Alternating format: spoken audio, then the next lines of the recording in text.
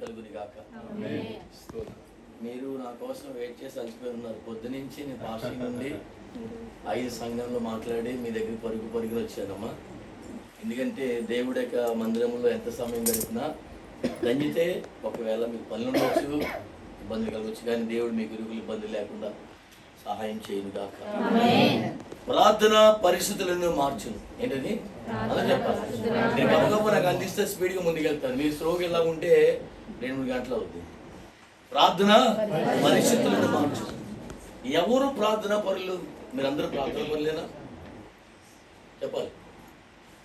నేను అడిగే ప్రతి క్వశ్చన్కి చక్కగా సమాధానం రావాలి. మీరందరూ ప్రార్థన పరులే కాదా? మాట్లాడరమ్మా. ఇప్పుడు మేము చెప్తుండి వినుకుంటూ పోవడం కాదు, సేవకులుగా మాట్లాడుతుండి వినేసిపోవడం కాదు. అసలు మీరు ఎంతవరకు దేవుని దగ్గరగా ఉన్నారు?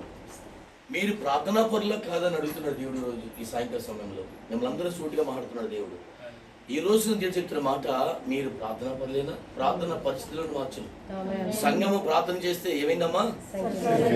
మరి ఈ రోజున మీ యొక్క సంఖ్యలు ఎందుకు దిగిపోవట్లేదు? మీకున్న ఎందుకు ఇబ్బందులు దిగిపోవట్లేదు? మీకున్న ఇరుకులు ఎందుకు దిగిపోవట్లేదు? సాతాను కలిగించే ప్రతి ఇబ్బంది ఎందు నిమిత్తం మీ నుండి దూరం కావట్లేదు. మీ చేసే ప్రార్థన దేవునికి చేరుతుందా? లేదు, దేవునికి చేరకుండా సాతానుగాడు మధ్యలో ఉండి ఆటంకపరిచి ఆపేస్తున్నాడా? అందరూ అనుకుంటాం, నేను ప్రార్థన పరురాలే కదా, నేను ప్రార్థన పరుడే కదా, నేను క్రైస్తవురాలే కదా, నేను క్రైస్తవునే కదా అనుకుంటారు. కానీ ఎవరు ప్రార్థన దేవుడు ఆలకిస్తాడు? ఎంతమంది ప్రార్థన ద్వారాగా శక్తిని పొందుకొని ఆ ప్రార్థన ద్వారా జీవితంలో కొట్టుకుని ఎంతమంది ఉన్నారు?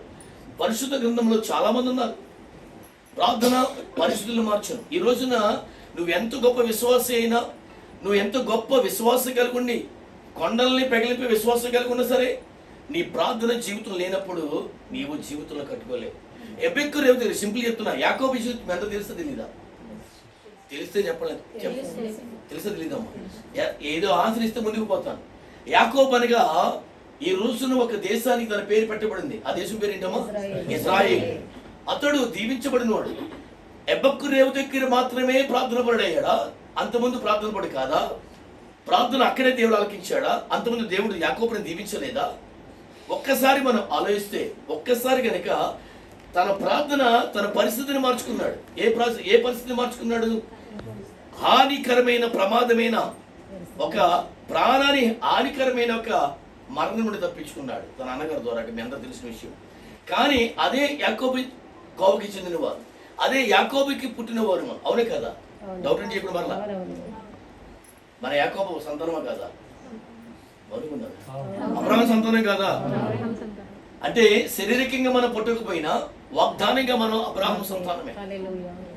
గలతీ రాసిన పత్రిక 3:27 ఇలాగ రాయబడింది, ఎవరైతే యేసుక్రీస్తు ప్రభుని నమ్మి విశ్వసించి బాప్తిసం పొందుతాడో ఆడు ఏ దేశస్థుడైనా, బానిసైనా, స్వతంత్రుడైనా, ఉన్నవాడు లేనివాడైనా ఎవరైనా సరే అతడు అబ్రహాము సంతానమే. అలాగే రాయబడింది, స్త్రీ పురుషుని భేదం లేకుండా. కనుక మనందరూ కూడా అబ్రహాము సంతానమే. కానీ యాకోబు దీవించాడు దేవుడు, చాలా ఆస్తిపడయ్యాడు, 2 గుంపులుగా ఎడగొట్టుకుని వస్తున్నాడు. అన్నీ ఉన్నాయి, కానీ అతని ప్రార్థన దేవుడు పరిపూర్ణంగా దేవుడు ఆలోచించాల. అతని ప్రార్థన వినలేదు. అంటే వినలేదా? అందరూ చేసే ప్రార్థనలే, కానీ తండ్రిని దీవిని బట్టి అతను దీవించబడ్డాడు. ఎబెక్కు రేవు దగ్గర మాత్రమే యథార్థపడిగా మార్చబడ్డాడు యాకోబు. ఆ రోజున యాకోబు అనే మోసగాడని పడి తన జీవితం విడుదల కలిగి తన పాపముల రేవు దగ్గర విడిచిపెట్టి దేవుడు అద్దుకున్నారు ఆ రోజు రాత్రి మాత్రమే. అప్పటి వరకు కూడా దేవుడు దీవెన, దేవుడు ఇచ్చిన వాగ్దానము, నిన్ను పంపిస్తాను, నువ్వు వెళ్ళు, నేను దీవిస్తాను, నీ వచ్చేటప్పుడు ఇక్కడ ఈ రాయిని ఒక మందిరం కట్టుకున్నాడు. ఎంత ఓకే, కానీ యాకోబు అనే గొప్ప ఆశీర్వాదని కర్త అయిన అతడు అతని ప్రార్థన వల్లే తన జీవితాన్ని కొట్టుకోగలిగాడు. తన ప్రార్థన వల్లే తన కుటుంబాన్ని కాపాడుకోగలిగాడు. తన ప్రార్థన వల్లే తన బిడ్డలు కాపాడుకోగలిగాడు. తన ప్రార్థన తన కలిగిన యావత్తును కాపాడుకోగలిగాడు. ఆ యొక్క రేవు దగ్గర, ఎబెక్కు రేవు దగ్గర తన పాపము విడిచిపెట్టి, నీ పేరేంట్రా? మనం ప్రార్థన చేస్తుంటాం. 1 రోజు, 2 రోజులు, 3 రోజులు, 4 రోజులు శ్రమలు బట్టి, ఇబ్బందులు బట్టి, రోజు 2 రోజులు, తరాలు, లేదా నెల, 3 నెలలు, 4 సంవత్సరం అవుద్ది, కానీ ఆ కార్యం దేవుడు చేయడు. కానీ అప్పుడు మన యొక్క ఆలోచన ఏంటి తెలుసా? దేవుడు నాకేమీ చేయట్లేదులే. పక్కలు చెప్తారు, దేవుడు నాకు ఏం చేస్తాడు? పక్కలు మిమ్మల్ని చాలా హేళనగా చూస్తారు. మీ దేవుడు ఏం చేస్తాడు? అయ్యా, మీ దేవుడు మీకు ఏం చేస్తాడు? నీ ప్రార్థనలు ఏమైనా, నీ కానుకలు ఏమైనా, రకరకాలుగా సాతాను చేత వాళ్ళ హృదయాలు ప్రేరేపించి మీరు హృదయాలు గాయపరుస్తుంటారు. కానీ అబొక్కురేదు యాకోబు ఎలా అయితే దేవుడు పెరిగిలాడాడు, ఈ రోజున మీరు పెరిగిలాడే ప్రార్థన మీ దగ్గర ఉందా? సూటిగా మాట్లాడుతున్న దేవుడు. ఈ రోజున మీరు పనిలో అలసిపోతున్నారా? లేదు, ఏకాంతంగా దేవుడి దగ్గర కొన్ని నిమిషాల పాటు కనీసం ఒక అరగంట చెప్పిన రోజు కనీసం ఒక గంట దేవుడికి సమయం ఇచ్చి ప్రార్థన పనులే ఉన్నారా? ఒక ప్రార్థన శక్తితో మాత్రమే నాకు తెలియని దేశాలు అడుగుపెట్టి వాక్యం చెప్పొస్తున్నా, నాకు తెలియని ప్రదేశాలు పోతున్నాను. నా జీవితాన్ని నేను తెలుసుకున్న తర్వాత ప్రార్థనతో కట్టుకోగలిగాను. ఈ రోజున నా ప్రియమైన దేవుడు జనంగమా, మీ అందరూ చెప్తున్నా, మీ ప్రార్థన మీ పరిస్థితులను మార్చును. దైవజనులుగా మా ప్రార్థన కొంతవరకే, కానీ మీ పరిపూర్ణ జీవితాలు మారమని నేను వాక్యానుసారంగా సెలవిస్తున్నాను. దైవజనుడిగా అభిషక్తుడిగా మేము ఏ చేతి నుంచి ప్రార్థన చేస్తే తాత్కాలికంగా ఉపశమనం కలగవచ్చు, కొన్ని కార్యాలు జరగవచ్చు, కానీ మీ పరిపూర్ణ జీవితము ఎవరి వల్ల జరగదు. దైవజనుడిని నేను ప్రార్థిస్తాను, లేదంటే సంఘ కాపులు ప్రార్థిస్తారు, మంచిదే. ఆ ప్రార్థన దేవుడు ఆలకిస్తాడు. ఆలకి గొప్ప కార్యాలు సంఘములోను విశ్వాస పట్ల జనాల పట్ల జరుగుతాయి. కానీ మీ చెట్ట చివరి వరకు నిలబడేది, చెట్ట చివరి యొక్క శ్వాస విడిచిపెట్టే వరకు జీవానికి నడిపించేది, మీ ఇరుకులు ఇబ్బంది తొలగించేది మీ ప్రార్థన శక్తి మాత్రమే. ఇది వాస్తవాన్ని సెలవిస్తున్నాను. ఎందుకంటే యాకోబు చనిపోయే వరకు తన విశ్వాసాలు కాపాడుకున్నాడు. కానీ ఈ రోజున మన శ్రమను బట్టి ఇవాళ ప్రార్థన శక్తి కోల్పోతాం. మేము అందరూ అడుగుతున్నాం, ఎంతమంది ప్రార్థన శక్తి ఉన్నారు? మీ ప్రార్థన దేవుడు ఆలకిస్తున్నాడా? మీ ప్రార్థన దేవుడి దగ్గరికి పోతుందా? దేవుడు ఆలకించి మీ ప్రత్యుత్తరం దయచేస్తున్నాడా? ఆన్సర్ చెప్పాలి. అన్న సమయలు కింద ఇంటికి చదువుకోండి, 2వ అధ్యాయం ఏం రాస్తుంది? 1వ అధ్యాయం తన కుటుంబం కొరకు రాసుంటుంది, తర్వాత వచ్చే సమీల కుటుంబ రాసుంటుంది. అన్న కన్నీరు కార్చి బలిపీఠం దగ్గర ఏలి అనే ప్రవక్త దగ్గర ఆ యొక్క దర్శనానికి వెళ్ళినప్పుడు, దేవాలయం దర్శనం బలిపీఠానికి వెళ్ళినప్పుడు అక్కడ బిడ్డలు లేక దేవుడి బాధల దగ్గర కన్నీరు కార్చి ప్రార్థించినప్పుడు దేవుడు ఏం చేశాడమ్మా? ఏ కార్యం చేశాడు? సంతానం ఇచ్చాడు. అలాగే దేవాలయం దగ్గర యేసుక్రీస్తు ప్రభు వస్తాడని అన్న ఎదురు చూస్తుంది. ఎదురు చూస్తున్న కార్యం వాక్యం లేఖల ప్రకారం దేవుడు చూసింది లేదు. యేసు ప్రభుని సుమీయన యేసుక్రీస్తు ప్రభుని చూడకుండా మరణించడం రాస్తుంది. ప్రార్థన పరుడుగా యెరూషలేము దేవాలయం కనిపెట్టాడు, చూసాడు లేదా? ఈరోజు అబ్రాహాం విశ్వాసాన్ని బట్టి ప్రార్థన పడి తన జీవితంలో ఇస్సాకును పొందుకున్నది లేదా? ఇవాళ చెప్పుకుంటూ పోతే బైబిల్లో, మన జీవితంలో కాదు, బైబిల్లో ఎంతో మంది ఉన్నారు నా ప్రియమైన దేవుడి జనంగా. యేసేపు దేశంలో ఉండి మనకులాగా మీకులాగా నేను వెళ్ళిపోతాను కొద్ది తర్వాత, మీకులాగా దేశంలో ఉండి అక్కడ నీతిగా బ్రతికి తన ప్రార్థన వల్ల ప్రార్థన శక్తి పొందుకుని దేవుడిని బతిమాలి కూర్చాడి శరశాల నుంచి బయటకు వచ్చాడు లేదా? మాట్లాడే తెలియదు వాక్యాలు, మీ అందరి దేశంలో వాక్యాలు ఎన్ని కూడా, కానీ మన ముందు కూడా మనోన్నతం తెరపడదు. యేసేపు శరశాలను ఆ యొక్క శరశాల ఉండి కూడా ప్రార్థన చేస్తే శక్తి కోల్పోకుండా, దేని వైపు చూడకుండా, పాపం వైపు చూడకుండా, యేసేపు ఏ పాపం వైపు చూడకుండా యేసుక్రీస్తు వైపు చూచాడు కనుకనే బానిసగా ఉన్న దేశములనే ప్రధానమంత్రిగా అయ్యాడు. చప్పలు కూడా దేవుని కనపచ్చు.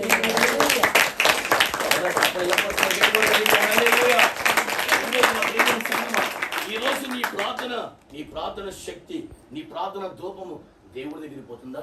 లేదు, ఉజ్జియ వలె స్థిరపడి గర్వించి నేను ప్రార్థనా పరురాలే, నేను ప్రార్థనా పరుణ్ణి, నేను సేవకుల్ని, నేను విశ్వాసుల్ని, పాటలు పాడుతున్నాలే, నేను గొప్పవాళ్ళని గర్వించి మీరు దేవుడి దగ్గర మేలు కోల్పోతున్నారా?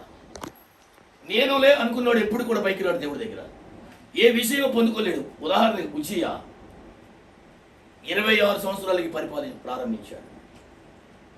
12 ఏళ్ళకి పరిపాలన ప్రారంభించాడు. ఎన్ని సంవత్సరాలు పరిపాలించడమా? 52 సంవత్సరాలు పరిపాలించాడు ఉజ్జియా రాజ్యాన్ని. ఎన్ని సంవత్సరాలు?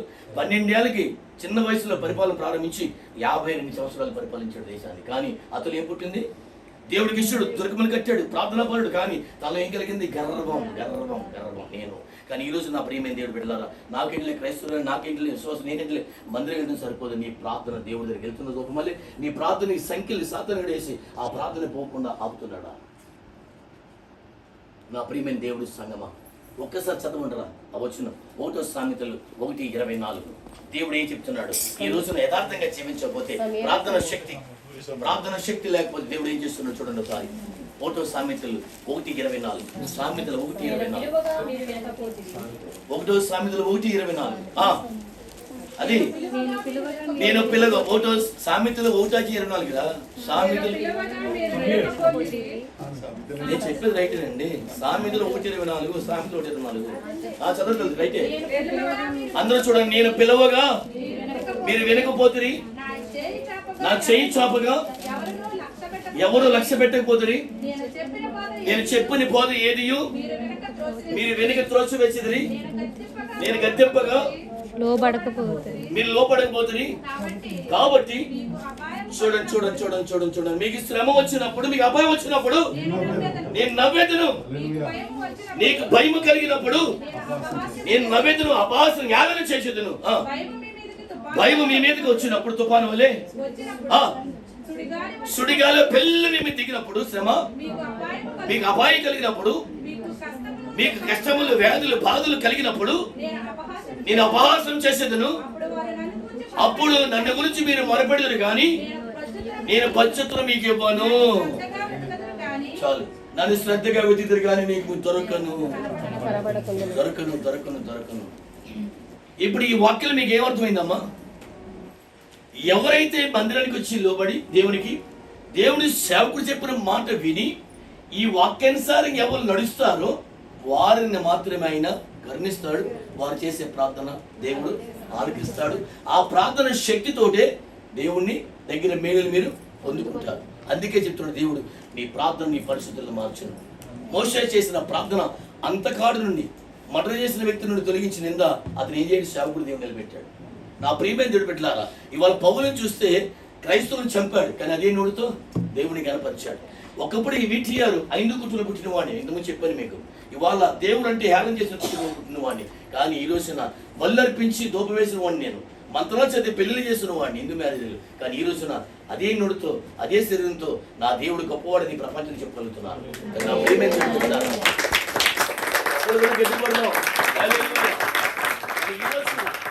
నీ యొక్క స్థితి, నీ సాక్ష్యం ఏంటి? దేవుడు చెప్పాడు కదా, నిన్ను బట్టి అన్యులు సాక్ష్యం చెప్పాలండి. ఎవరు?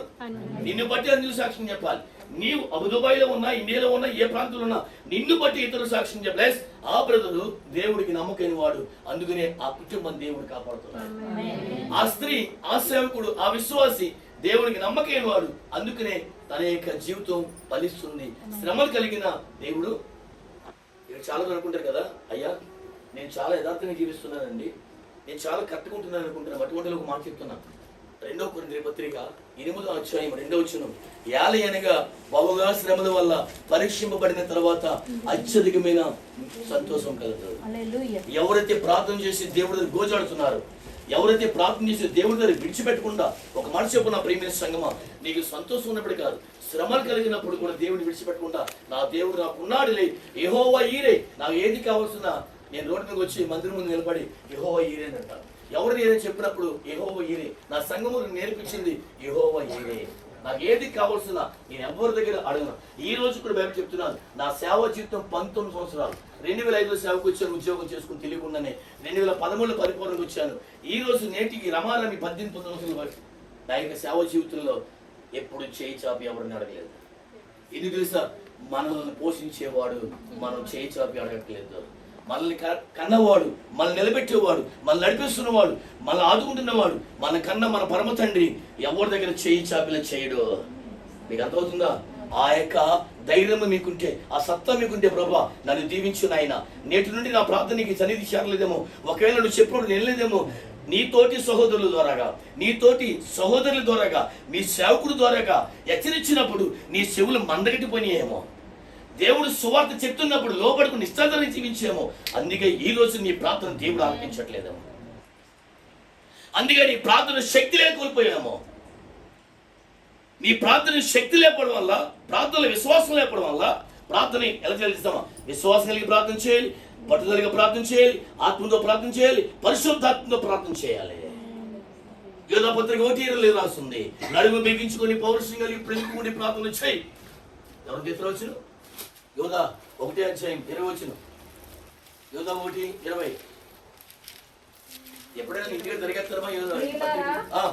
మీరు విశ్వసించు అతి పరిశుద్ధమైన దాని, చూడండి, మీరు విశ్వసించు అతి పరిశుద్ధమైన క్రీస్తు, పరిశుద్ధమైన దాని మిమ్మల్ని మీరు క్రీస్తులో మిమ్మల్ని మీరు కట్టుకొని పరిశుద్ధాత్మలో ప్రార్థన చేయొచ్చు. నిత్యార్థమైన జీవార్థమైన మన ప్రభువుకు యేసుక్రీస్తు కనికరము కొరకు కనిపెట్టుచు. అది ఆమేన్.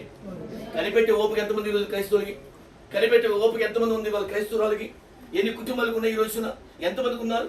అడిగినన్నే ఇచ్చేయాలి ఈవులు, అడిగినట్లు దొరికే ప్రతిఫలం. కానీ దేవుడు ఒక్కొక్కసారి అన్నీ ఇస్తాడు, ఒక్కసారి ఆలోచన చేస్తాడు, అనిపిస్తా నేను పరీక్ష పెడుతుంటాడు. ఆరోగ్యం కావచ్చు, ధనం కావచ్చు, ఏదైనా కావచ్చు, నీకు మీద విశ్వాసం ఉందో లేదో ప్రభు మీద అని నిన్ను పరీక్ష పెడుతుంటాడు. ఆ పరీక్ష పెట్టినప్పుడు నువ్వు నిలబడగలిగి ప్రభా నీ చిత్త ప్రకారం జీవిస్తానయ్యా, అయ్యా నా ప్రార్థనకి ప్రచురం దయచే ప్రభాని, అది నెలైన రోజున సంవత్సరమైనా దేవుని దగ్గర విడవకుండా పట్టు విడకుండా నువ్వు క్రీస్తుని ఆనుకుని నడుము బిగించుకుని పరిశుద్ధాత్మతో నువ్వు ప్రార్థన చేయగలిగితే నీ ప్రార్థన దేవుడు ఆలకించి నీకు సమాధానం ఇస్తాడు, నేను అందరికంటే ఉన్నత స్థాయిలో ఉంచుతాడు. ఒక మాట చెప్తున్నా, ఈ బైబిల్లో వచనాలు మనకు వర్తిస్తాయా, పక్కన వర్తిస్తాయా? అందరూ సమాధానం చెప్పాలి. ఇందులో ఉన్న వచనాలు మనకు వర్తిస్తాయా బయటలుగా? అంటే బైబిల్ పట్టుకున్న మనకు కాదు. ఇందులో వచనాలు పాపం చేసే శిక్ష ఏంటో ఉంది, తర్వాత దేవుడు ఆనుకునే దీవులు దీంట్లో ఉన్నాయి, ఉన్నలే చెప్పాలి. ఇంట్లో ఉన్న దీవులన్నీ మన కోసమేనా, పక్క వారి కోసమా? మాట్లాడరే, నా కోసమేనండి. మరి నీ కోసం ఉన్నప్పుడు నువ్వు చేసే ప్రార్థన ఏంటిరా? మీరు అనుకుంటే చాలా ఆపదలు వచ్చేసినట్టు, చాలా అవసరం వచ్చి చాలా అనుకుంటారు. క్లియర్ రాస్తున్న 1వ కొరింథీ పత్రిక 13వ అధ్యాయము 10వ వచనంలో రాయబడింది, సాధారణంగా మనుషులు కలిగే ఆపదలు తప్ప మరి ఏది మీకు సమర్పించలేదు, మీరు తట్టుకోలేంత ఇప్పటి మీకు ఏది నీకు గురి చేయలేదు, అయినప్పుడు దాంట్లో తప్పించిన మార్గం మీకు ఇస్తాడు. ఆ మార్గమే ప్రార్థన. ఆ ప్రార్థన ఏదో వచ్చేసినట్టు ఎన్నో శ్రమల నుండి సేవా జీవితంలో ఎదుర్కొని నిలబడగలిగిన ఈ రోజు నా ప్రేమ దేవుడు జనంగమ్మ వ్యక్తిగత జీవితం కావచ్చు. కానీ ఎప్పుడు కాలం ఒకేలాగా నీ ముందు నడదు, ఒకే విధంగా నువ్వు జీవించలేదు. ఎందుకంటే ఎత్తు పొలాలు కలిసి ఉంటాయి మార్గంలో. ఇక్కడి నుంచి మన ఇంటికి పోవాలంటే మన ఇక్కడ బస్సు ఎక్కాలి, లేదంటే ట్యాక్సీ ఎక్కాలి, ఫ్లైట్ ఎక్కాలి, బస్సు ఎక్కాలి, ఇంటికి పోవాలి. మధ్యలో ఎన్నో ఉంటాయి. కానీ నా ప్రియమైన దేవుడు బిడ్డలారా, ఈ రోజున నీ ప్రార్థన శక్తి నడుము బిగించుకుంటే కనుక నువ్వు చేసే ప్రార్థన దేవుడి దగ్గరికి వెళ్తుంటే ఖచ్చితంగా ఒక మేలు పొందుకుంటావు. ఒక మాట చెప్పను, మొదటిగా దేవుణ్ణి ప్రేమించాలి, దేవుణ్ణి గణపరచాలి. రెండవదిగా ఆయన ప్రతినిధిగా ఉన్న సేవకుడిని ప్రేమించాలి, సేవకుడిని ఆదరించగలగాలి. అట్లా ఉన్నప్పుడే నువ్వు సంఘములు సాక్షిగా నిలబడగలదు. ఒక మాట చెప్పున, మీ కష్ట జీవితములు మీ కుటుంబములకు మాత్రమే చెందాలి తప్ప, ఒక మాట చెప్పున, అబుదాబిలో ఏ సంఘాన్ని మీరు వస్తున్నారో ఆ సంఘంలో నిలబడగలిగితే నిలబడగా మీకు దీవెన తప్ప, ఇక్కడ అడుగు అక్కడ అడుగు అనేక సంఘాలు మారే చాలా మంది ఉంటారు. అటువంటి తిరిగి ఎటువంటి ఆశీర్వాదాలు రావు. జాగ్రత్తగా ఉండాలి నా ప్రియమైన దేవుడు బిడ్డలారా. మీకు నిజమైన ఆశీర్వాదం రావాలంటే మీ సేవకుడి పేరేంటమ్మా? అమ్మా నాన్న ఏం పేరు? ఎంత మాట చచ్చిపోతున్నాడు? 10 రోజులు అయిందా? ఎన్ని రోజులు అయింది చచ్చిపోచ్చి? మాట్లాడరే. చింటి అంటే సంఘం పెట్టి కాదు, చెప్పలేడు. మీరందరూ ఈ సంఘం చెందులేము అడోనియా? మాట్లాడరా?